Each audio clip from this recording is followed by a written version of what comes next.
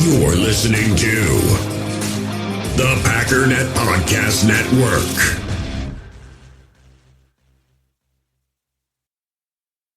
We all have smartphones, and we all know they're pretty amazing, but they also can be amazingly distracting, especially when we're around other people. So US Cellular wants us to reset our relationship with our phones by putting down our phones for $5. That's right, a company that sells phones wants us to put down our phones. And to see what we find, learn more at uscellular.com/built for us. When you need mealtime inspiration, it's worth shopping Baker's, where you'll find over 30,000 mouth-watering choices that excite your inner foodie. And no matter what tasty choice you make, you'll enjoy our everyday low prices, plus extra ways to save, like digital coupons worth over $600 each week. You can also save up to $1 off per gallon at the pump with fuel points. More savings and more inspiring flavors make shopping Baker's worth it every time. Baker's, fresh for everyone. Fuel restrictions apply.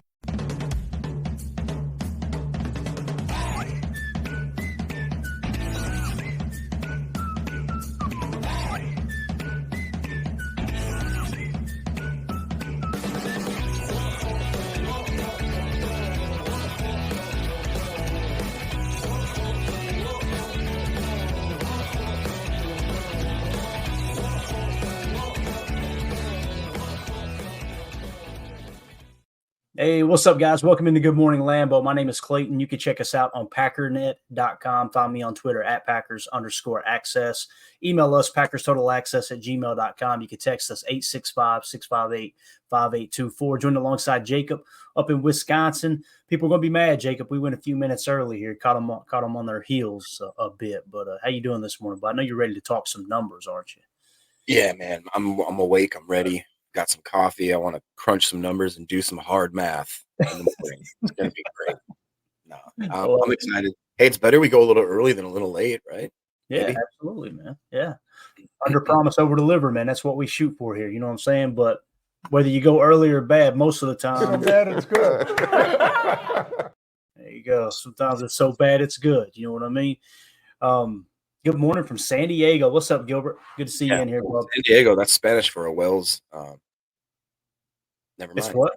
What'd you say? You never seen Anchorman? San Diego? It's Spanish for a Wales. Oh, gotcha. I need to go back and watch Anchorman, dude. That's one of my favorite movies. There's very few movies I've watched and I laugh out loud. That's one of them, bro. And the outtakes are even better. If you ever get a chance to watch the Anchorman outtakes, oh my God.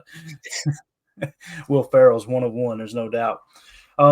So what we're going to do here today, and we're going to jump into it quick, Jacob, because we got a ton of information to cover. Something I like to do this time of year is kind of look at the salary cap. I like to look and go, okay, where's the money being allocated for the current year? And it kind of sets the stage for next season. And what is Goody thinking, right? At this moment right now, everybody thinks that the general manager is probably just chilling. He ain't doing anything. He's already on to the next year. He's looking at how he's going to get this Jordan Love contract finished, obviously. Where's the money going to come from? How are things going to be allocated next year? And really, you got to kind of do a little bit of a self-evaluation. You got to say, okay, where did we spend money and did it make sense? And there's going to be some hard topics in here because these are going to be players that we all really like, right?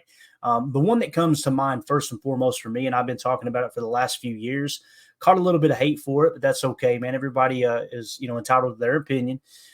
Kenny Clark. Kenny Clark as a man, what an amazing person, amazing leader in the locker room. I mean, he was basically a kid when he got drafted by the Packers. What was he, 20 years old, Jake? He's barely 20, if I remember correctly. So you want to see that work out. And the reality is you haven't got the production as far as the rate of return, right? Like your return on investment, if you will. You really haven't seen that production there with Kenny. And I know Rashawn Gary catches a little bit of flack because the sack numbers aren't up. But it's an argument as old as time is what's more important, sacks or pressures? The answer is yes. They're both important. But if you had to choose, for me, if you would rather have a few more sacks but a whole lot less pressures, I'm going with a whole lot more pressures and a few less sacks to get that quarterback off their spot and just to disrupt the offense in general. But we'll get into that. So we're going to go position by position, and we're going to show where the Packers cap spending for 2024 this current year actually ranks amongst the rest of the NFL. Does that sound good to you, man? Let's do it. All right. So one thing right off the top, and I'm not going to spend a whole lot of time here. We can wrap back around to it. The rookie contracts, not all of them are done yet, to the best of my knowledge. You guys know I was out of the loop a couple nights ago, but we're going to talk about the cap hits for the rookies. This should show how valuable these draft picks are. At any point, Jacob, I'm going to be talking a lot. If any point you got something to say, just cut me off. Say, shut up, Clayton. I got something to say. All right. We're going to try to get through this in about 45 to 50 minutes. But the rookie contracts, first round pick, Jordan Morgan, it looks like we're just going to key on the annual average value. Okay. So that AAV there, well, that's basically what your cap hit's going to turn out to be, roughly. Now, that can be pushed up, that can be pushed back, depending on how they want to structure the contracts, things like that. But this is just a good estimate, ballpark estimate, if you will, on these rookie contracts. So Jordan Morgan, the 25th overall pick, probably going to tie up roughly $3.5 million in cap space per year. Round 2, pick 45, Edgerrin Cooper, linebacker, $2.1 million. Pick 58 in round 2 there. Javon Bullard, safety, $1.6 million. You talk about great value. If he ends up winning that starting safety or that safety spot opposite Xavier McKinney, what some would consider the strong safety spot, that's going to be great value there starting for the next 4 years. Pick 88 in round 3, Marshawn Lloyd, $1.4 million. Let's see. And actually this year, I want to say his cap hit's only projected to be like 1.1 or maybe 1.2 million. So again, that's just kind of the annual average. Tyron Hopper was picked 91 there in round 3, 1.4 million. Round 4, Evan Williams, that's pick 111, 1.2 million. And then you move on to round 5. You got Jacob Monk, the interior offensive lineman, 1 million flat. Pick 169, Katan Oladapo, who we did the Chalk Talk on last night. You guys seen the plays he made in college. If he carries that over at the NFL level, he's only 1 million flat against the cap.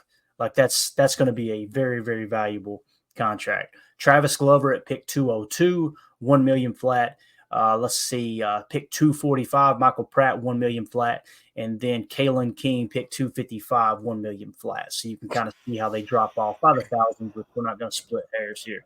Again, the cap hit itself a little bit different. Let me give you an example of that real quick, like the Marshawn Lloyd contract. You can see his cap hit in 2024 is only 1 million flat, although we show 1.4 average. So that's kind of a high number, just averaging the whole thing out. It jumps to 1.2 million in 2025, 1.5 million in 2026, and 1.8 million in 2027. Again, these are the cap hits, okay? Obviously, your cash, your dead cap, all that stuff's listed off to the side. We won't get too lost in that. Now, let's go position by position, Jake. First of all, you got anything to add to those rookie contract listings there, man? No, I mean, it does show. I guess, what's your opinion on, compared to other sports, especially like baseball and basketball, there's a lot of flack the NFL gets for not paying their guys until they get kind of that second contract, and even like the higher end draft picks, I mean, 14 million is nothing to shake a stick at, but over 4 years, you can kind of see how maybe, I don't know. What are your thoughts? Do you think they get underpaid? I know everybody's like, these guys make too much money, but as far as you compare it to like those guaranteed salaries in the NBA and that kind of stuff, I mean, do you think, I personally, if I get $1 million a year, that's life-changing money for me, but I haven't dedicated the last 15 years of my life to a certain craft or sport, and I only have a 10-year window maybe to make as much money as I can before my body breaks down, if I'm lucky. So what are your thoughts on that? My thoughts are, compared to the door dashers that's about to drop Chick-fil-A off at the front door, yeah, they're overpaid like crazy. But compared to baseball, compared to basketball, from a rookie standpoint, I'm with you, man. The NFL, what it comes down to is their ability to collectively bargain with the Players Association is just top notch, man. They dominate those negotiations. There's no two ways about it. And this is something that Aaron Rodgers was very vocal about several years ago, and all the player reps on the team, right? And the big conversation was these rookies are getting paid way too much money. Remember that? Before they did the slotting, I want to say it happened in 2011. I could be wrong. Before they did that, to where they structured, okay, rookie pay scale, here's what you get paid. You had to negotiate those contracts with your draft picks, right? And that's why you had people like A.J. Hawk made a ton of money as the 4th overall pick for the Packers at linebacker, where they would go in, you'd have to negotiate that contract. Well, the old veteran players stepped up and was like, this isn't fair, man. The rookies are getting paid more than guys who've been in the league forever. And as they're making having that conversation, I'm going morally, yeah, you're right, man. It does seem kind of messed up, but be careful what you're talking about here. Like, you're about to you're already kind of screwed from a player standpoint, from a veteran standpoint, but you're really about to screw the whole system from a rookie standpoint, because all that's going to do, they assumed that if we get the rookie wages down, then they'll pay the veterans more. Those owners were going, yeah, let's get those rookie wages down. Let's do that. And then what happened? You didn't have that trickle over effect, right? So yeah, it's kind of like every time somebody says, all we got to do is raise the minimum wage. Exactly. Nothing else raises in price. You're right. That'll just work. What happens when you raise the minimum wage? You walk into McDonald's and all of a sudden you got automated machines. People lost jobs, right? So yeah, you got to, boy, as a business owner, that's a topic for another day, man. You get paid more by adding more value. It's that simple. If you increase a company's value, then you're going to get paid more. If they don't pay you more, guess what you do? As a citizen of the United States of America, right? Free market enterprise. You have the right to go, you know what? I'm underpaid. I'm going to go start my own thing. And when you do, I'm speaking from experience. You're looking at a guy whose house was in foreclosure in 2009. We were 4 months behind on the mortgage because the company I worked for went belly up and the company Mandy worked for went belly up. We went from a combined, I'll get personal here for a minute. We went from a combined income of about $110,000 a year in 2009 to zero for 8 months. That's what happened. You know what Clayton did? I'm not depending on another human being the rest of my life. I'm going to go create multiple streams of income and do it on my own. And I'm telling you, man, once you step out of that bubble, it's like, wow, this is the way to live right here. Stop depending on other people. So the problem is they're conditioned to think, I need someone else. I need that. I've got to depend on the system. I've got to depend on this rather than going out and creating something for yourself. So this wasn't on the bingo card to talk about, but when you're talking numbers at the NFL level, it does apply. But again, that's how the players kind of screwed themselves. They were complaining about the rookies getting paid so much, and that money didn't transfer over. So now you've got this slotted system, as we're like in baseball. Those guys are getting paid bukus, And the thing about baseball too is their contracts are completely guaranteed. But nonetheless, let's move on to the positions here. And you're going to see the large majority of these positions, the Packers are in great shape, right? And we're going to compare it across the league as far as cap spending. So let's start with quarterback, all right? And it's going to be kind of hard to read. I'll read it for you guys. I did this purposefully to show you how far they are down on the list. When it comes to the quarterback room and the spending across the league, Green Bay is sitting in the 22 spot. So this year in 2024, there's only $15.4 million allocated to the quarterback room. So you could see now, Jordan Love finished the year last year, those last 9 games. Some would argue he was the best quarterback in the league. Look at their bang for buck. 15.4 for the entire quarterback room. Now, keep in mind, some of these numbers don't include the new rookies. So just like I said, take some of this grain of salt, but you know what I mean. You know what I mean with the starters. They're eating up the most caps. So can I point something out real quick, Clay? Yeah, absolutely, man. Like, look at your top 5 quarterbacks up on this list. Would anybody say that, hey, out of the 32 starting NFL quarterbacks, I want to pay Deshaun Watson the most? And after that, whatever quarterback you want to say is playing in Denver, whether it be Danger Russ or anything that, it's Bo Nix. But I mean, like, the fact that they've allocated that much money, we just talked about it. Like, that's fiscal and irresponsibility at a level that I don't know. I mean, look at the Giants at number 4. Even some could argue that Dak at number 3 doesn't deserve that kind of allocation. I think a lot of people would argue that Matt Stafford, even though he's a Super Bowl winning quarterback, for how banged up that dude's body is. And then you got the Cardinals at number 6. I think the only one on this list that makes any sense is the Chiefs at 7, and maybe the Baltimore Ravens at 9 and Buffalo at 10. It's like, other than that, I don't know. No, I think it's great that you pointed that out, because when you look at these positional breakdowns, the first thing I say to myself is that team good? Is that team good? Is that team good? Because it matters. It really does. And that's why they're kind of hesitant on paying Dak. I personally believe Dak is a top 10 quarterback. That's me. He was in the MVP conversation last year. I know you hate him. The problem though is when the game's on the line, think play or not play. Is he a truck, right, or is he a trailer? That whole conversation that Daniel Jeremiah always has. What we mean by that is he the truck pulling the trailer, or is he the trailer getting pulled by the truck? I have a hard time saying that Dak in the playoffs is a truck. You know, when you seen Jordan Love against the Dallas Cowboys in the playoffs, he was a truck, right? I mean, he throws off the back foot when he came to the line and recognized that the cornerbacks were lining up in a stack defense, like a stack coverage defense, and they weren't playing stack on the left. And he looked at the strong side for him and said, "Oh, zero coverage. Check it at the line. Tell the Y to stay in and block. Do a little hot route action to Dontavian Wicks and burn a former defensive player of the year in Stephon Gilmore. Like that's being a truck." So recognizing at the line and then having the accuracy to throw off the back foot, avoid the rush, and make that happen. So yeah, I'm with you, man. That's exactly, we're on the same page. That's what I'll look at when we go through these positions. Let's go to running back real quick. Running back, the Green Bay Packers in 2024 as far as cap hits come in 13th at $10.1 million. Okay. Again, you look at the top of the list here. New Orleans, number 1, right? San Francisco, obviously a solid team. Arizona, number 3. I'm sorry, San Francisco, number 2. Arizona, number 3, trash. Detroit Lions at number 4, solid team, obviously. Number 5, you get the Carolina Panthers, one of the worst teams in the league last year. Indianapolis Colts at number 6 because of that Jonathan Taylor contract, I'm sure. Number 7, Cleveland Browns. Number 8, the Baltimore Ravens. Number 9, the Chicago Bears. Number 10, the Houston Texans. So it's kind of a split there. You see roughly 5 teams, right, that are good teams that they're spending money in the running back room. So, again, Green Bay stacks up 13th there. And we pointed out that Marshawn Lloyd contract's only going to be worth roughly $1 million per. Yeah, I'd argue, too, that even though, it makes a little bit of sense when you look at, obviously, San Fran being as good as they are with McCaffrey there. But when he got hurt, that's a lot of dead money.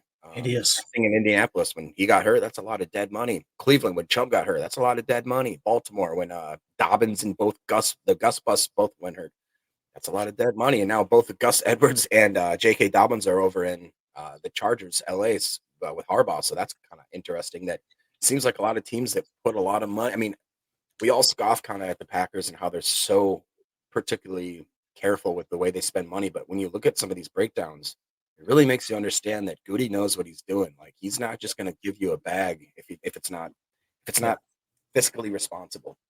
And it doesn't mean he doesn't make mistakes. Every general manager makes mistakes, right? You're not going to hit 100% of the time. But yeah, it's and the thing I like about Green Bay here being in 13th spot, you're not at the bottom, you're not at the top. You're right there in the middle with running back, which means you're being very strategic with how you're spending money at the running back position. It's an important position, right? But not willing to overpay. And the beautiful thing about Josh Jacobs' contract, if I remember correctly, guaranteed, basically what it comes down to, it really was a 1-year, $12 million guarantee with 3 club options. And what I mean by that is if you cut bait with him after 1 year, you were only on the hook for $12 million in fully guaranteed. So he's got to make the roster to earn more guaranteed money, essentially. So you could move on from him after this year. Not that you would want to. Now, on the flip side, he's going to try to get money guaranteed moving forward. There's going to be some negotiating. There's going to be some restructuring of the contract, base salary, roster bonus, what am I trying to say here? Adjusted to signing bonus to make sure it's guaranteed money. All those things that happen with the cash over cap game. But yeah, so I like where we sit with the running back room there currently. And again, what if Marshawn Lloyd comes in and lights it up? And let's say Josh Jacobs is good, and Marshawn Lloyd proves he can be a number 1 running back. Daniel Jeremiah had him as his top running back. The other day we were listening to something on the show, and I've already forgot who it was. They actually listed Marshawn Lloyd as their top running back too. It wasn't just Daniel Jeremiah. But nonetheless, let's say in 2 years Marshawn Lloyd has proven he can be a number 1 running back. You can cut ties with Josh Jacobs or play hardball like they did with Aaron Jones the last 2 years and get pay cuts, drop that number down, and you've still got a solid running back room. So you can see that setting up for the future. This is the one I'm most excited about, though. Let's move on to the wide receiver room. Look at that one, Jacob. Green Bay Packers have according to the 2024 salary cap, cap hit allocation, the Green Bay Packers have the cheapest wide receiver room in the entire National Football League. $11.5 million in cap hits. You know how many receivers or one receiver alone is making more than $11.5 million in this league? It's wild, man. what's crazy though is that number doesn't even do it justice. So we're looking at 11.5. You don't go very far. You go to like 27 or 26, and we've already doubled what our wide receivers are getting paid. Let alone you go up even higher on that list. Can I ask a question? So what it looks like, the number that's in between the salary and the team, is that the number of players they have under contract? And if so, does that mean that they're still paying out certain players that maybe have left the team, but they have an existing contract? Are you talking about the 1.1? No, I'm looking at the like the 10. Oh, the 10. Gotcha. Let me see real quick. If I'm not mistaken, I thought that's players. Yeah, players. So we look at that. Like Cleveland at the top of the list is only paying 5 players the top amount. We're down here paying 10 players 11. Are you talking about the quarter? Yeah, that was the quarterback position. I'm sorry. Oh, I'm sorry. I was just trying to see that at the top because it was cut off. Sure. But to me, I mean, that's insane. And we talked about the young talent, all this kind of stuff. It is insane to look at how productive that group is, and the fact that they're all locker room guys. Like nobody, luckily to this point, knock on wood, nobody's sitting there being like, I need to make this guy that in my exact. In the hobby, it's not easy being a fan of ripping packs or repacks. We get all hyped up thinking we're going to get some high-value Jordan Love card, but with zero transparency on available cards and hit rates, it's all just a shot in the dark. Until now. Introducing Slab Packs from ArenaClub.com, the only repack that provides real value, a complete view on all possible cards, and clear hit rates for each one. Now when I buy Slab Packs on Arena Club, it finally feels like I know what I'm getting. And honestly, the best thing for me and my son is the fact that we're kind of novices into this. When I walk into a card shop with my son, and a card says it costs $40, kind of just taking his word for it that that's a good value.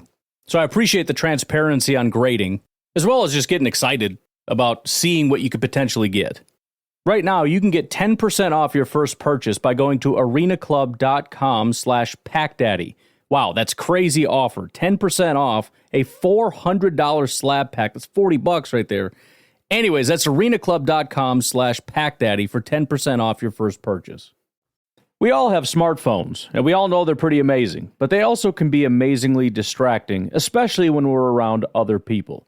So US Cellular wants us to reset our relationship with our phones by putting down our phones for $5. That's right, a company that sells phones wants us to put down our phones. And to see what we find, learn more at uscellular.com/built for us.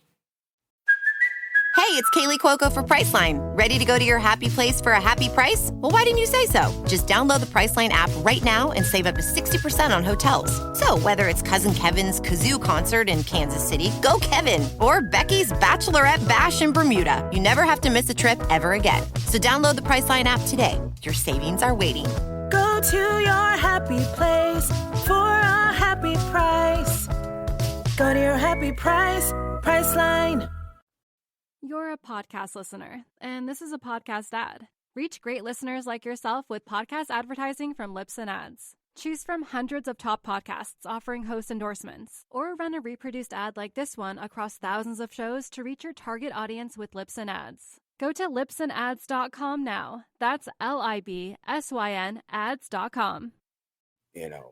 Area makes 15, 12, 20 million a year. They're all just like, all right, we're going to keep our heads down, keep plugging. And then once it's time to get paid, we'll let that work itself out. But that's incredible to me. Absolutely. It really is, man. It's exciting to see. Again, 4.1% of the cap is allocated to the wide receiver from a Green Bay Packers standpoint. Like and look at the production they're getting, And again, Goody's made mistakes. When it comes to the wide receiver room, he knocked it out of the freaking park, bro. I would argue there's not a team in the NFL that catches more hell about the way they build the wide receiver room than the Green Bay Packers.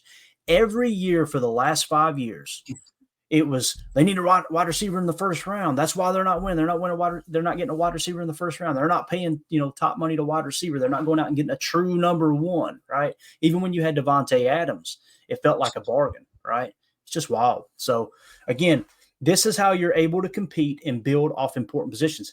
Numbers like this with the wide receiver room and being in the middle of the pack with the running back room is why you can afford to pay Jordan Love if indeed Goody thinks he's worthy of being one of, if not the highest paid quarterbacks in the league. And we'll see how that negotiation falls into place. When you talk about cash over cap, you can save on cap hit, by guaranteeing more money, essentially giving more cash, right? I'm wondering if they might go that route. Someone said the other day, I heard it on a podcast, I think it might have been on the Homer Hour. Someone said, which would you rather do? Would you rather give a longer term contract with less guaranteed money, or would you rather give a shorter contract with more guaranteed money? I was kind of leaning towards shorter with more guaranteed. And the reason I say that's because, like, what if you went, rather than go the 5, 7, or even 10-year route, like what happened with Patrick Mahomes? And again, I think the Packers are probably shooting for a 4-year contract, and they'll probably meet in the middle. But what if you said, hey, look, yeah, we'll give you a 3-year deal, $150 million fully guaranteed, and that keeps you from having to, tack on those extra years. Or if you went 2 years, because the reality is some people are not sure if Jordan is that guy. And we're going to do this in the upcoming weeks, you're going to see how bad he played in the first half of the season last year, but we're also going to see how good he played in the second half of the season. If those timelines had been reversed, Jacob, and he had started strong and then if he had ended the season the way he started it, we probably would be looking at somewhere between 25 to 40 million per, as opposed to 50 to 60 million per. So it's what have you done for me lately? And you're paying for future production, not past production, right? What do you think he's going to be? All signs indicate that he's going to be great. But yeah, I'm always wondering, why don't more teams simply just place like a really decent base value to a contract? Let's say Jordan Love, all the talks is he's going to get 52 or 55 million or whatever. How about we just say, hey, Jordan, we're coming with you with a 50 flat, but we're going to have a bunch of incentives in there. If you pass for over 3,500 yards, if you pass for over 35 touchdowns, if you only throw 10 interceptions or less, we'll pay you that 55. And that to me makes so much sense. It's like, give him a good base floor where he's right there in the nick of things with, like your Goffs, and I'm sure Prescott and all these guys are going to be getting that 52, 53, 54 per year. Why don't we just give him a team-friendly deal and say, hey, if you really are that guy, if you're really that confident in yourself, if you end that year and you got 4,000 yards passing, 40 touchdowns, and this and this and this, you're going to end up getting paid $57 million, which if the Packers see that at the end of the year, they're like, we'd be fine paying this guy $60 million if he's the number one quarterback in the league. Right. Is there a reason why more teams don't do that incentive-based contracts? And if so, why not? Yeah. Prince in the chat said $10 million to be added to cap space after June 1. We're going to get to that here in a minute with the Devondre Campbell talk. After June 1 may leave room to front load a Love deal more, or possibly help with a new Clark deal if they want. It's exactly the first thing that popped in my mind, Prince, when I looked at that. And okay, that money's going to free up now. If you do sign Jordan Love to a 4 to 6 year deal, front load it, get some of that cap hit out of the way early, and then you can kind of, ease it off on the backside, and you'll set yourself up for the future. That's exactly the way I looked at it. And it would be different if we weren't competing right now. But it seems like that Super Bowl window has slightly opened. Some people would say it's wide open. I hope they're right. And you guys know me, I'm kind of a boring fan. I try not to get too high. I try not to get too low. But it doesn't make for a good podcast, but I feel like I am being reasonable most of the time. But if you look at how that window is now open, you can really, if things hit hard this year, over the next 2 to 3 years, if you get a big chunk of that cap hit out of the way now, and the cap continues to go up, now I don't think it's going to jump another 30 million like it did last year. Of course, you never know with the new media deals that are are being worked out right now. These next 2 to 3 years, you could see a much lower cap number for the quarterback position from the Packers standpoint, comparatively speaking to the rest of the league, and put yourself in a position to really open that window up. So it's an exciting time for sure. AFAM in the chat said, no way small town Green Bay is going to be able to afford these salaries in 10 years. Here's the thing about that, AFAM. They were saying that when they gave Brett Favre his huge deal. They were saying that when they gave Aaron Rodgers all 3 of his big deals. I challenge you to do this, AFAM. Again, I don't mean any disrespect. I love the comment. It's the reason I put it on the screen. I used to think like this too, like how are they going to be able to keep up? Do a little bit of research into the money that they're printing at 1265 Lombardi. Because I'm telling you right now, man, this is why I have a lot of respect for Mark Murphy. And I hate to use the word casual fans, but the people that just like to bash Murphy, he's a moron.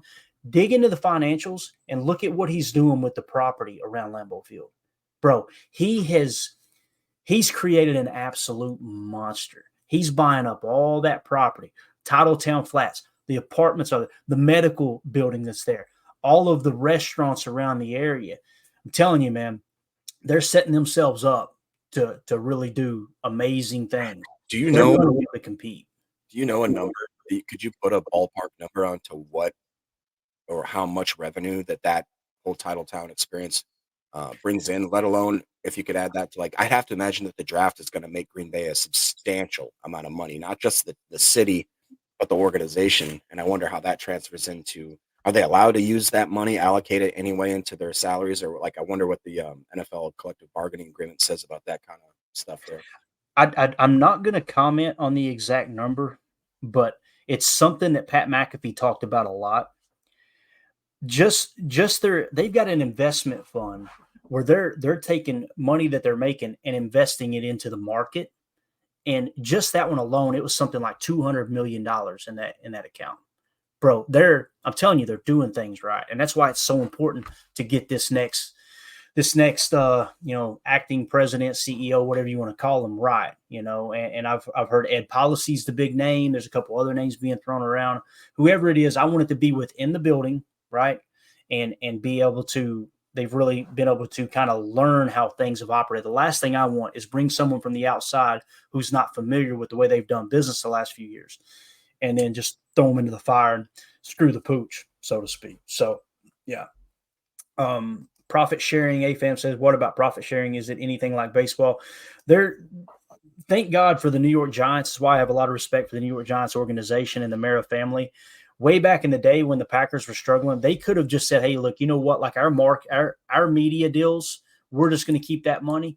They were the ones who proposed to share that revenue, right? All the media revenue amongst the league. So teams like Green Bay could exist today. I don't know if that's exactly what you're asking about, but there's a lot of that goes on too. That's really, really important for the Packers. But we're at the 28-minute mark. We're going to have to go rapid fire if we're going to get through all these positions. This is a good conversation though, man. I appreciate everybody in the chat. I apologize if we're not hitting to as many comments. You guys got great topics in there. That's why I grabbed a couple out of there. Let's go on to tight end. Look at this one, Jacob. The Packers are 26th in the league in tight end cap hit for 2024 at $6.7 million, only 2.4% of the cap. This is what happens when you hit in the draft, right? Now, again, Musgrave and Tucker Kraft, they got to come out and prove it again this year. I think we're in a good spot. If we didn't have Tucker Kraft, I'd be a little more shaky on the tight end position. Like, okay, can Musgrave stay healthy?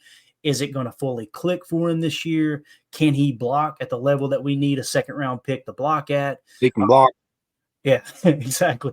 But the fact that Tucker Kraft played so well and his catching ability really surprised me, just how sure-handed he is. It gives me a lot of hope for the tight end position. But, man, 26 in the league, that's a great number there too, dude. Yeah.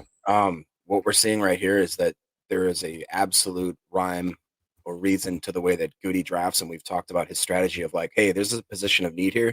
I'm going to throw 2 or 3 darts at that position because one of them is going to be a bullseye, and we've seen that in the wide receiver room, crushed it. We went from Tim talks about it, how this year the safety room was our biggest weakness. All of a sudden, we get free agency, we get the draft, boom. All of a sudden, it's looking like it's one of our biggest strengths. We did that with the wide receiver room. We did it with the tight end room. You could argue we did it with the quarterback room.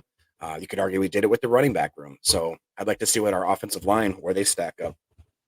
Bro, my phone just buzzed. I got a text on the text line from someone named Quentin. I don't have the number saved, so evidently they just – what's that? Quentin Tarantino? It may be Quentin Tarantino. No, it's the first time this person has texted the text line, which is kind of cool. But he said, Clayton, I thought we were in cap hell, LOL. You guys remember 2 years ago when I was going, don't believe the doom and gloom. Everybody, oh, my God, we're kicking the can down the road. We're going to run the organization. They were saying it last year. They're quiet right now. If we decide to open up that window again and kick the can again, they'll ramp back up and pretend like, oh, my God, the Packers are not going to be able to pay the light bill, right? So here we are in great shape once again. It's just, again, the salary cap is real. I'm not one of those people that think the salary cap's fake. The salary cap is real from a date-sensitive standpoint, period. You don't believe me, go back and look at what happens to Zadarius Smith. Look what happened with Devontae Adams. When you've got a deadline, right, that's where the cap is very real. You got to get under that number by this time. There's 1,000 different ways you can get under that number. Now, some are way less, fiscally responsible than others, but I feel like Goody he stayed right in the middle, and every now and again he'll get a little aggressive. Windows open. All right, now let's get back in here and get normal. All right, and then you'll get aggressive when you need to. So, do you think that a better way to say it is that the salary? It's not that the salary cap's fake. It's that the salary cap is fungible, and that you can move stuff around to make money. Or you can allocate in different ways where that money's going.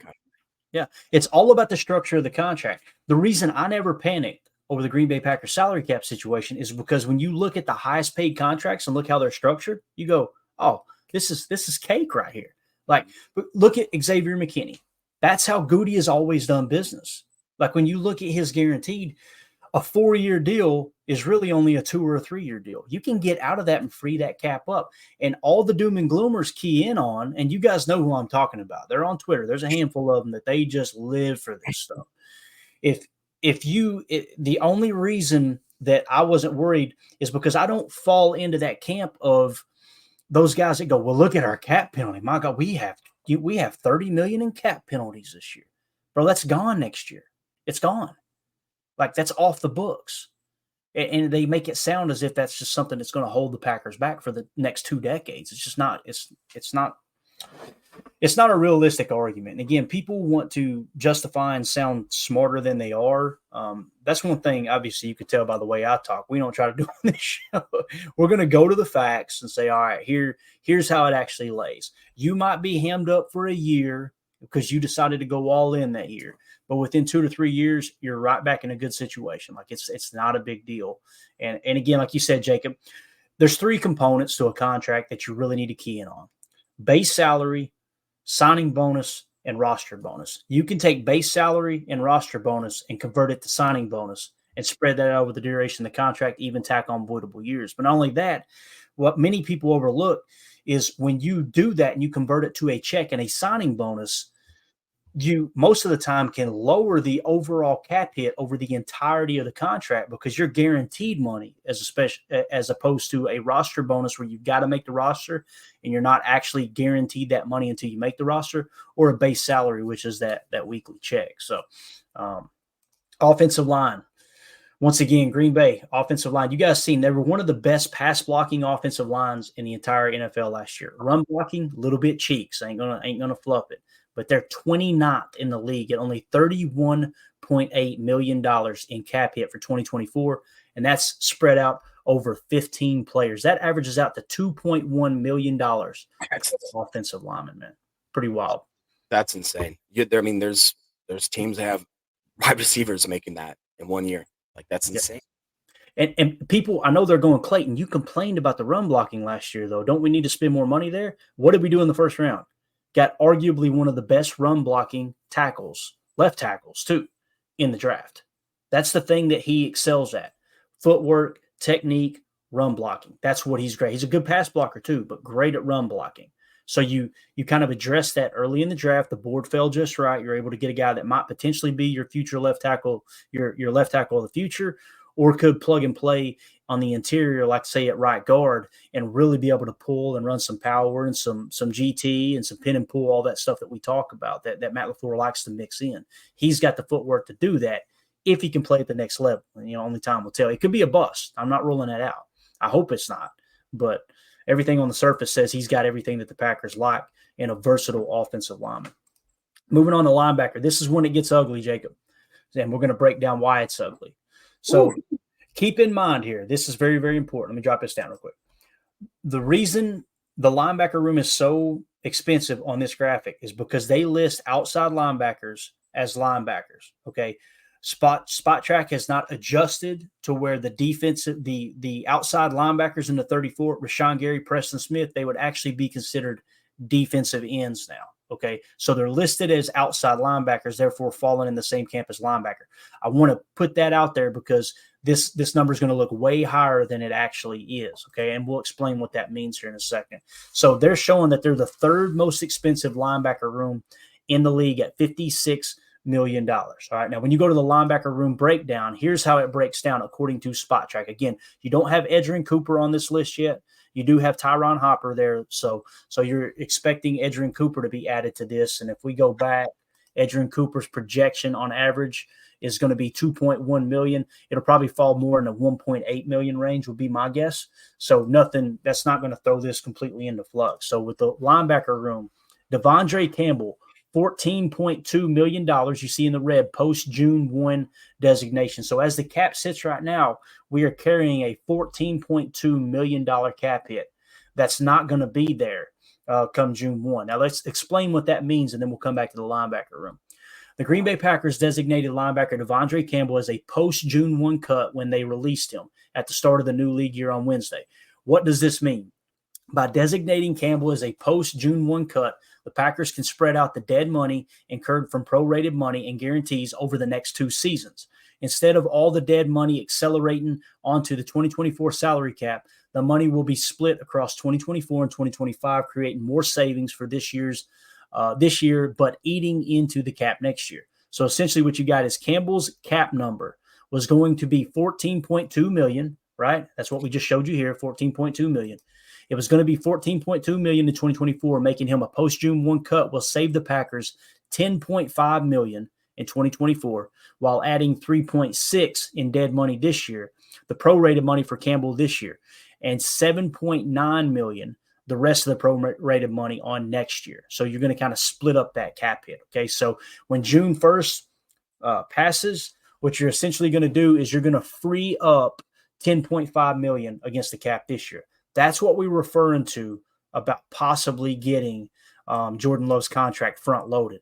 If you free up that 10.5 this year, and that's 10.5 that you can tack onto the cap for Jordan Love this year, then you can kind of reduce the cap hit on the backside of that contract. But here's the thing.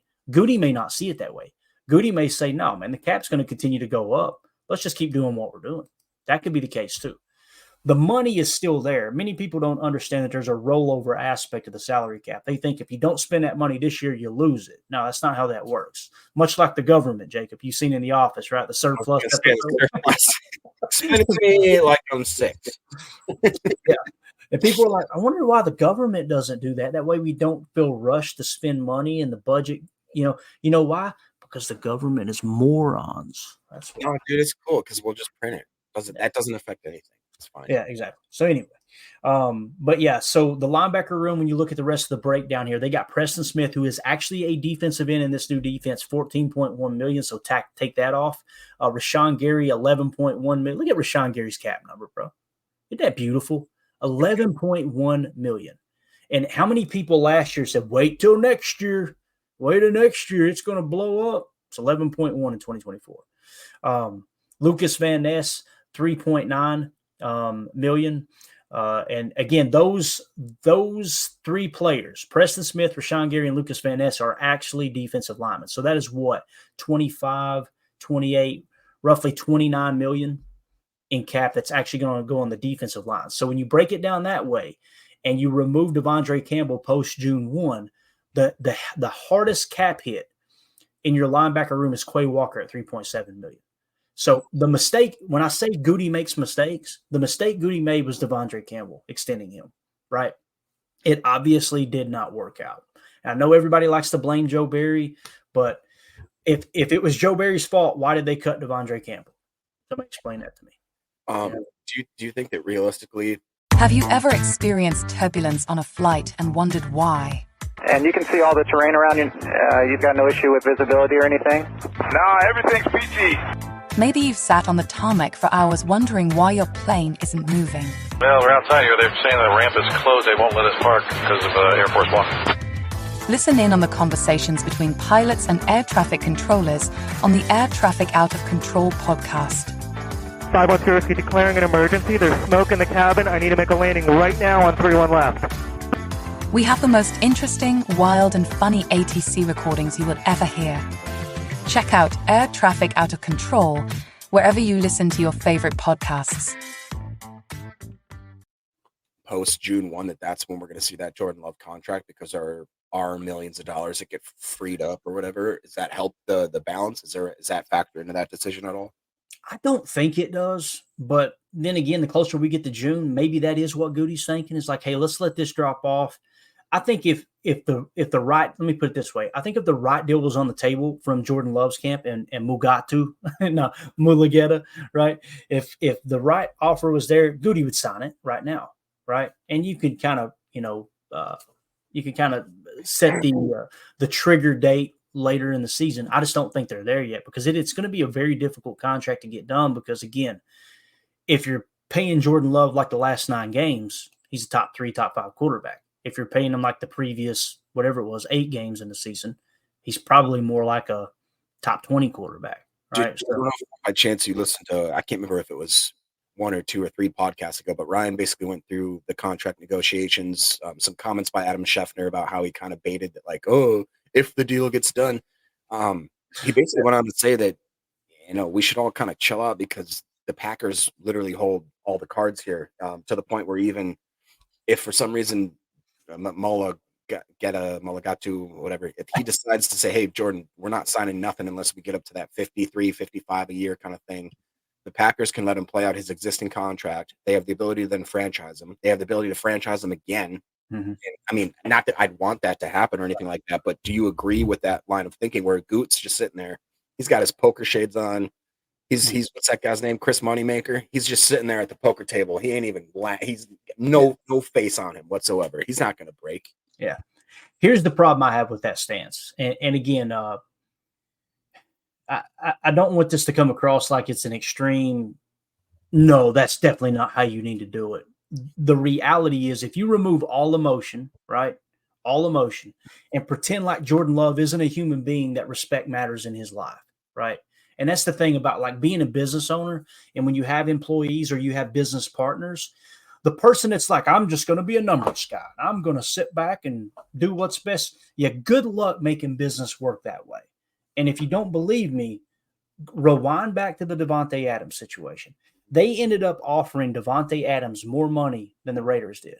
And Davante said, screw y'all, you've already disrespected me. Now, I understand you can go, yeah, Davante screwed himself. Look how bad that situation. I get it. That's a valid argument. But that doesn't mean a hill of beans to Davante Adams. Like once you get to the point where someone has established themselves for your organization, and then you go, nah, show me one more year. And they made him an offer less than $20 million per. That's insane. That is a slap in the face. So some players may go, oh, it's just business and move on. That's cool. I wish every player was like that. But anytime someone makes an argument like, oh, just shut up, it's just business, I would love to see their reaction when their boss comes to them and goes, hey, I know you're worth this much, but screw you, screw your family, screw everything you've put into the organization. I'm going to lowball you. And you better not have any hard feelings. I'm sorry, man. That's not the way I would like to do business. I think that I think there's a law sown into the earth, whether you're a Christian like me or you just think what goes around comes around. But you reap what you sow in this life. I believe that. If you treat people good, good things will happen to you. If you treat people bad, bad things are going to happen to you. It's just the way it is. But yeah, so when it comes to the whole Jordan Love thing, yes, you technically have the leverage. You can say, no, we're not paying you a dime over this amount, get over it. And you can franchise tag him the next 2 years. When was the last time a quarterback got franchise tagged? Now think about this. The big name that always gets brought up is Kirk Cousins in Washington. They franchise tagged him 2 years in a row. How did that work out for Washington? I'll wait for the answer. And for me, precedent is everything. Like if you're going to try to make an educated decision, an educated guess on, hey, here's how this could play out. There's pros and cons to both stances in this situation. I'm going to go off precedent almost 100% of the time because people have already walked through that minefield, right? And if I can look at someone else's mistakes and go, hey, you know what? They walked through that minefield and they stepped right there and they lost a leg. Maybe I want to step left right here. You know, another name is Dak Prescott. Dak Prescott got franchise tagged 1 year, right? How did that work out for Dallas? What's he doing right now? He's playing hardball. You know why he's playing hardball? You know why he's not going the Tom Brady effect? You know, remember how Tom Brady would take less money I know everybody likes to hate Tom Brady, but you remember how he'd take less money every single year? You know why? Patriots never slapped a franchise tag on him. They never went to him and said, prove it. It was always, hey, let's form a partnership here. Let's work together. That's what I want to see with Jordan Love. I want to see them work more like a partnership rather than, hey, we got the leverage. Get over it, buddy. Sorry. That's just kind of how I see it. So some people would say that's too emotional of a response. Again, I'm going off precedent. Doesn't seem to work out when you try to hold your quarterback hostage there, So that's how I see it. What I think they need to do is try to meet in the middle. Obviously, they're going to want him to get paid like a top 3 quarterback. The Packers are going to want to take more of a conservative approach, like, hey, maybe you meet in the middle with the guaranteed and incentive and lace that thing with so many incentives that if he goes out and continues to ball out, then he is the highest paid quarterback. That's, I think, is the perfect answer to most situations financially in this country and in the world in general. It's, you should get paid for what how you perform. Now, obviously the players union don't want that. They don't want anything being as heavily production based. But that to me is the perfect answer. So maybe you meet in the middle with a guarantee and you make it very, very incentive based. So that answered your question, Jacob. That's a long-winded answer. But. Yep. All right, cool. Let's move on to so again, the linebacker room. I just wanted to point out that those 3 of the top 4 are actually defensive linemen. So defensive line room, we are 17th in the league at $39.5 million against the cap in 2024. Okay. Now you're going, okay, yeah, that's kind of middle of the pack. Look at how this shakes out, man. Defensive line cap hits. Kenny Clark is the 2nd highest defensive lineman cap hit across the entire NFL, $27.4 million. Now, here's the good news, Jake, because I did the same thing. So last year of the contract, okay? So it's kind of inflated, right? They didn't choose to restructure anymore or kick any more down the road. It's like, okay, we're going to let him play out this contract, and hey, let's see if he performs and just kind of let this ride itself out. The good news is you're going to free up a bunch of cap room next year. You're going to free up $27.4 million or whatever it is I think there's voidable years tacked on too. So you may have a little bit of acceleration of those voidable years if he's not on the Packers roster next year. But when you look at the entire defensive line room, and this is tough to see. Look at this. That's unbelievable. Yeah. And the question, Jacob, before you comment on this, this is what I want to get, the point I want to get across. If I were to ask you, would you rather have Kenny Clark at $27.4 million, who most people say Kenny Clark is a great defensive lineman, right? I've got to push back on that. And I love Kenny as a person. I think he's a leader in the locker room. I think he's done what he's been asked to do. There's this false narrative out there that Kenny Clark is they made him play nose. They made him play nose. That's not true. Go watch the tape. There was many times he was in a 3-tech. He was in a 4-tech. In some cases, he was in a 5-tech when they were trying to overload blitz on one side. It's not like they're just putting him in a 0-tech every single play and going, hey, all right, man, just occupy 2 gaps.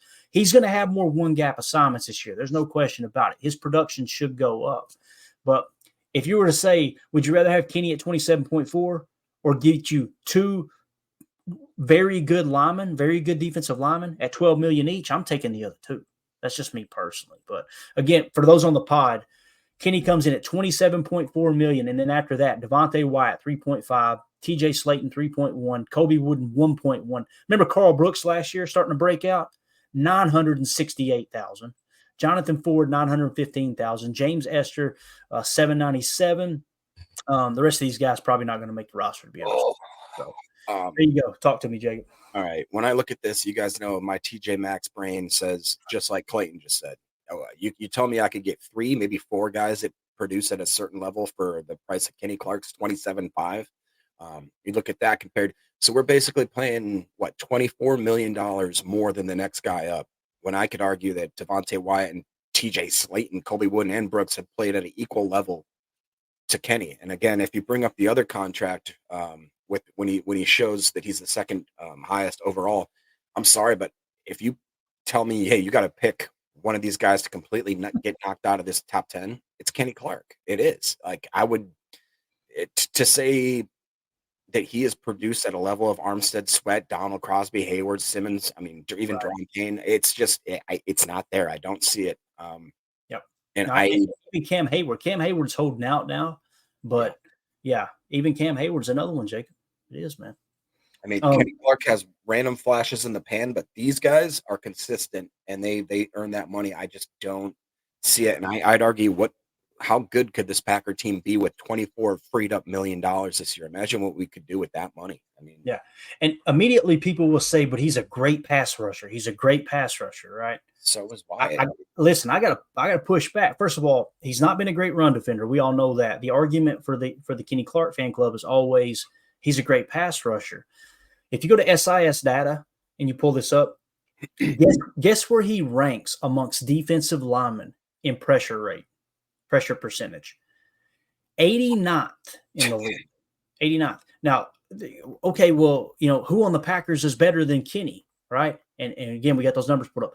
Lucas Van Ness, very limited snaps. He only played 169 pass snaps. Okay, he had 162 pass rush snaps, 11.2%. He's 56th in the league.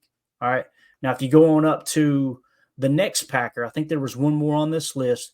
Devontae Wyatt is 22nd in the league at 14.3%. Now, somebody explain to me why we should re-sign Kenny for the same number or more than 27.4 per on average. Like it doesn't compute. And again, remove the SIS data, remove the pressure rates, right? And let's just go to Spot Track. What does Spot Track say? His fair market value is something like $16 million. They're suggesting that he's overpaid $11 million this year, right? So again, we'll see what he does in the 4-3. He may come out this year and put up Aaron Donald numbers in a 4-3. If he does, I'm okay with extending him. That would show, okay, there's the answer to the question. This dude was being held back by a 34 front. And again, it wasn't just Joe Barry. We played a 34 since Dom Capers came in, right? Dom Capers 34, Mike Pettin 34 front, and then, of course, Joe Barry 34 front. If Kenny explodes this year, the problem is he's a little longer in the tooth now. So it'd probably be looking at like a 2 to 3 year, a 3-year deal that's really a 2-year deal, or a 4-year deal that's really a 3-year deal type thing. One thing about it, I think you're going to get the best version of Kenny Clark, and I hope he blows up. You're not going to find a better leader than Kenny Clark, man. His story and how he's represented the Green Bay Packers while being here is absolutely phenomenal. Again, this is the emotional side to me in building a business. You want that dude on your roster. You want him in your locker room. Maybe that's what Goody is overpaid for. It's like, hey, we need this guy right there in the middle for his leadership. But from a production standpoint, it's going to be hard convincing me that him being, whatever it was, 89th in pressure rate. I just can't. I'm sorry. As Ricky Bobby said, I'm too drunk to taste this chicken. That's just a little bit out of the realm for me. So I think there is something to be said to that, Clayton, about how the fact that maybe there is an intangible towards a player that we can't monetize on a certain value. Like he's a locker room guy. This guy is just like when half the team is talking crap or maybe has their head down in practice, this guy goes and tells them to lift their heads up. Like, and I always look at Aaron Jones. I'll never forget when Dontavian Wicks is coming off the sideline. He's looking at the ground. Jones walks up, smacks him on the head, puts his head up and says, "No, dude, you keep your head up. Like, don't fall for this crap." Like that to me is worth millions of dollars. You can't monetize that. Like, no, I'm with you. And you go from the other perspective, a separate receiver, Jaden Reed. What they catch him on the sideline saying, "Man, I love blocking for you." Talking to Jonesy, I'll block for you. I'll die on this field blocking for you. Right. The problem I have with that whole situation, wish you hadn't brought it up, but I'm gonna give my opinion.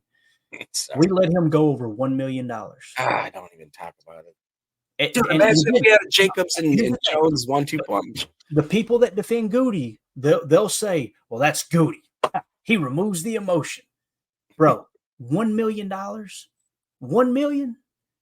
And you're acting like this is a good thing that they let him walk?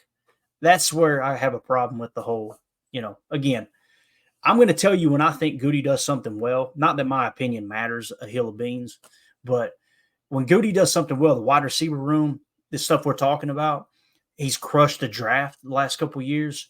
Like, I'm going to tell you about it. But when he does something bad, I'm also going to mention that too. The people that get upset when you say anything negative about Brian Gutekunst, I challenge you, just go to their Twitter page, click on their profile, search Brian Gutekunst, and find one negative remark about Brian Gutekunst. You won't find one, right? Because it's the same thing I said about Aaron Rodgers. When everybody started hating Aaron Rodgers, I said, I challenge you to go to that person who's hating on him, search their timeline, Aaron Rodgers. And I guarantee you, when the vaccination status dropped, that's when they started hating him. That's typically how it works. So anyway, when it comes to Kenny Lowe, he's playing for a new contract. There's no doubt about that. You'll get the best version of Kenny, and him being more one gap responsibilities, I think will be it's a recipe for Kenny Clark blowing up this year. And I'm here for it, man. Here's the secondary. Okay. They just put the whole secondary in a group. We have the third most expensive secondary in the league at $52.4 million. So what did we learn? Kenny Clark contract seems a bit overinflated, right? The mistake Goody made at the linebacker position was Devondre Campbell extending him and having to kind of eat that dead cap when you decided to cut him this year. And whether it's post June 1 or just absorbing that hit in the current year altogether, the dead cap doesn't change, right? You're choosing to extend it out over 2 years as opposed to one. But when it comes to the secondary, $52.4 million, 18%, almost 19% of our cap is allocated to the DB room, right? So when we look at the DB room and how it breaks down, Jaire Alexander, 23.9. The thing that hurts about Jaire Alexander, and I think we're going to get a much better version of Jaire Alexander. I'm hearing a lot of people go, yeah, see, he hated Joe Barry. He showed up to camp now. Bro, are we just not going to mention the huge roster, the workout bonus that was applied this year? Like, come on, let's tell the whole story here, right? That plays into it too. I haven't dove into all the details there. Someone said $700,000 is what he got paid to participate in the offseason workout program. If that's true, that's why Jaire showed up. Now, and I think it's fair to say too that obviously the money incentive, but the fact that there's a new defensive coordinator, they just brought in Xavier McKinney. Yeah. They got a lot of young, new talent. Jaire's not stupid. He's looking at that being like, dude, I got to get there and make sure I got my block secured because they're clearly making moves. And yeah, absolutely, man. Hey. You never bring peanut butter to a jelly fight. I love Jordan's response. Jordan's like, "The hell was that? So bad, it's so bad, it's good, man." So $23.9 million. All right. Next, look at Xavier McKinney's cap hit, Jacob. $7.8 million, bro. He's getting paid this year against the cap a third of what Jaire is getting paid. Right, roughly a third. Keyshawn Nixon at $3.9 million, Eric Stokes at $3.7 million, Corey Ballantyne at $2 million. I love Corey Ballantyne. I think that's someone I think he's a solid player for the price. You're talking about bang for buck. Yeah. Robert Rochelle, $1 million. If I remember correctly, he was a big special teams contributor. Zane Anderson, $1 million. Evan Williams, here comes the rookie. Evan Williams, $995,000, man. Carrington Valentine, $940,000. You guys know I'm a Kentucky fan. I was a little down on Carrington. Everybody made it sound as if he just played awesome last year. I didn't see that he played great last year, but as a 7th-round pick and less than $1 million cap hit, yeah, that's good. That's a great job by Goody there, getting a little bit of wear and tear out of a corner that you drafted in the 7th round. Anthony Johnson Jr., $935,000. Benny Sapp, $915,000. Zion Gilbert, $915,000. Katan Oladapo, just did that chalk talk yesterday, $858,000. Kalen King, if 2022 Kalen King shows up, bro, $815,000. Let's go. Then you got Christian Young, Gurning Green, and then you got Tyler Coyle at the bottom. Coyle at the bottom. That's how the secondary room shakes out. Again, when Jaire is Jaire, he's one of, if not the best corners in the league. If he shows up this year, that's more than worth $23.9 million, right? You know what's crazy too? The thing I have a hard time accepting though, Jacob, is that dude got suspended last year. Yeah. And he's that, you know what I'm saying? That's still a tough pill for me to swallow. Go ahead, bud. No, I was just gonna say the money that Xavier McKinney right there. So I'd argue that he's a top 3 safety in this league. We saw what Mr. Winfield Jr. just got. The disparity between what we're paying McKinney versus what Winfield got. I mean, that shows right there too that I'll give Goody another high praise there. It's like he realized that these guys are going to get paid. I mean, what did he take? Xavier McKinney ended up getting like a draft, like wasn't it 10 million less, maybe 15 million less? It was 20. It was 20. It was basically half the guaranteed money that Winfield got, and yeah, the cap hit is like $4 or $5 million less per year, if I remember right. That's crazy. Yeah, it's on average, I should say. Yeah, Goody crushed it. And again, he's got to go out there and perform. If Xavier McKinney plays the way he played, last year, and shown he's capable of playing, then yes, this is going to be another. Again, people probably heard the last 10 minutes going, Clayton hates Brian Gutekunst. No. Xavier McKinney, you guys have seen my tweets. He crushed it, man. I mean, the fact that Antoine Winfield got paid as much as he did, and you got Xavier McKinney to sign on the dot on day one of free agency for that contract, kudos to Goody, man. Great signing. And again, all we've heard the whole time, leader in the locker room, Jeff Hafley, he's talked about it over and over and over, how this dude has just assumed that leadership role. Him and Jair Alexander attached at the hip, sitting next to each other in the meeting rooms. Money well spent. You got a tippy cap to Goody there, man. Great signing. So I'm with you, Jacob. I think it's awesome.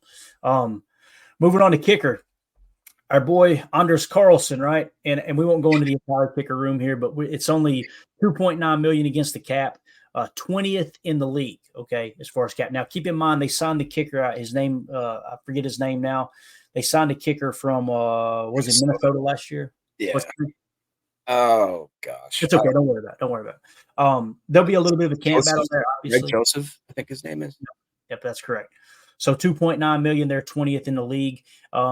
It goes back to what we originally started with, looking at the teams at the top and go, okay, did it make sense? The Giants have the most room allocated as far as cap space to the kicker position. I think we would all agree that the Giants are not Super Bowl contenders. The Indianapolis Colts are second. They're not Super Bowl contenders. However, number 3, Baltimore Ravens, obviously that's the best kicker in the league. What's his name? I can't remember his name now. Justin Tucker. Phenomenal. Pittsburgh, always competing, always making the playoffs. Seems like always have a winning season. They're 4th. Seattle's 5th. Yeah. 6th is Atlanta. That's hot garbage. 7th is Tampa Bay. 8th is Kansas City. Obviously, we won't get into that. That's the guy that currently has the number 1 selling jersey in the entire NFL right now, and it's all women's jerseys. Women are going out and supporting our boy out there in Kansas City for the comments he made. That's just a wild, turn of events that you've got one side of the aisle that's like, oh my God, what a horrible human being. And the other side, the people that it's supposed to offend are buying his jersey. That's just 2024, though. As you said on the ticker there, I think we still got that ticker, Jacob. What'd you say? Yeah, it's 2024. You don't know what I meant. So there you go. That's the quote of the year. All right, so that's how the kicker room shakes out. Punter, I think Goody crushed this. I like Daniel Whelan. I think Daniel Whelan's a great punter. I think he's a great holder, too. He seemed to fix our holding problems, right? We didn't have any holding issues to the best of my knowledge last year. We had the cheapest punter in the entire NFL at $915,000. So kudos to Goody. And for those people that don't like the UFL, USFL, all that merging, if I remember correctly, Daniel Whelan came from one of those 2 leagues. So keep that in mind. And I'm just going to go ahead and say this, go out on a limb. There's a kicker in the UFL this year. Have you seen him? He's hit like 6 or 7 kicks over 60 yards. It was something crazy like that. He's going to get invited to camp. If I were the Packers, I'd comb through that UFL and invite a couple of those kickers to camp just to compete with Daniel Carlson. Because like we said before, Daniel Carlson – Anders. It's not a wasted draft pick, in my opinion, if you go with someone else, because what you can do with Anders is stash him on the practice squad. I don't think anybody's going to sign him to their active roster. And you can let him sit on the practice squad, bring in someone else, and see if he develops. If he does, then plug and play him next year or the year after. That's obviously an option, too, that you can kind of get around that. But I can't believe we made it through, man. We're only an hour and 4 minutes. We did it, Jacob. Yes. What's your grand takeaway here from the cap situation in 2024, man? First thing that comes to mind, dude. Man, I don't even want to do it. Whatever, I won't go there. The first thing that comes to mind is that it's easy to believe the hype, to believe the mainstream news, and just say, "Oh, the Packers are in salary cap purgatory," blah blah blah blah blah. And it's just not the case. I mean, like we talked about, the cap's not fake. It's not in stone. It is fungible, and these guys know a lot more than we know. And everybody needs to take a spoonful of medicine and not be so confident in the fact that, like, I know that this is what's going to happen, or I know this is what's going to happen. No, you don't. We don't know. Like, I was trying not to go there. This guy's making me upset. I'll end the show on it. I'll go there. I'll take the bait. So True Brew Steve in the chat said, I've been here from day one. I know these guys are, quote, good old boys. I'd like to know what that means, by the way, when it comes to profiling. That's kind of interesting right there, right? Mm-hmm. I think good old boys probably means racist, right? That's probably what that means. Am I wrong there, Jay? Is that kind of how you take that? He also went up here. This is the first one. I'm way behind on the stream. If you guys think minimum wage, not corporate greed, is why costs are so high, you're a damn fool. That's what it is today. You come in, you make a comment. Hold on. Let me handle this, Jay. Stick to football talk if you only want to discuss football here. True Brew Steve, I'm going to explain something to you, bub. This is my damn channel. This is my damn podcast. This is the United States of America. I talk about what I want to talk about on this stream. See, you notice I didn't send you an invite and say, hey, True Brew Steve, come over and watch the show. You chose to come here. If that hurts your feelings, take a hike. It's that simple. You may come from a side that chooses to cancel people. It chooses to say, oh, well, you shouldn't be allowed to say that. You're not my God, right? You're not my representative. Take a hike. I could kick you right now, but I'm going to hold off on it, okay? And look, if you never show up again, that's your decision. That's totally cool. You're not going to come in my house and tell me what to say and tell me what to do, bub. You're talking to the wrong damn one. Internet tough guy. What do you got, Jacob? Nah, you said it. It's just, yeah, it's that typical 2024 mentality. You come on and you tell somebody how to act and say, oh, if you knew this, and then you insult them and expect that like it's going to go well. It's just, no. And clearly, you don't know what you're talking about, bro. So it's whatever. It's good. Yeah. There you go. All right. Anything else, Jacob? Let's get out of here. No, I'm good, man. I'm excited. Next week we got OTAs. I mean, it's going to be absolutely just it's going to be fun, man. It's going to be fun seeing people actually in the uniforms flying around, vets and rookies and all that kind of stuff. So let's do it. Yeah. Last one. Puddin' Time says you're losing viewers with that attitude. Puddin' Time, you're first time I've seen you in here, Buck. I've never seen you before. Leave, bro. Peace. It's totally cool. If we have 2 viewers in here, I'm fine with it, man. We don't talk ball to try to get famous. We don't talk ball to try to get clout. We talk ball because we love ball. And we got a lot of like-minded people that get in here and talk ball. And if you don't like it, leave. It's that simple, man. This has been a long time coming because it's always the people. You notice you never seen Puddin' Time ever commenting in here? Nope. Never seen them in here, right? They just magically show up and then they got to leave. It's totally cool, man. Yep. Sorry, man. Yeah, Carly hit it. Clayton isn't here to win a popularity contest. You can tell that by the sound of my voice. Yeah, and if you'll realize, we don't ever bring up politics. We always just respond to people who just say stupid crap. So it's like, man, I'm friends with so many of the other mind. I never bring up anything. It's only I defend myself. And it's like, whatever, dude. I don't. Nowadays, you can't be friends. You gotta, whatever. I don't give a crap anymore. People have the right to their opinion. It's totally cool. But you don't have the right to tell someone else how to think or how to feel. I know society has taught you that they've convinced you that, oh, no, you need to be able to control people. Not going to happen in here, man. It ain't. And like Jacob said, we try not to talk politics. We try not to touch it. You probably know where we – I've said it. You want to know my politics? I'll say it right here and we'll wrap up. This is my politics. The left have lost their damn mind and the right have lost their damn mind.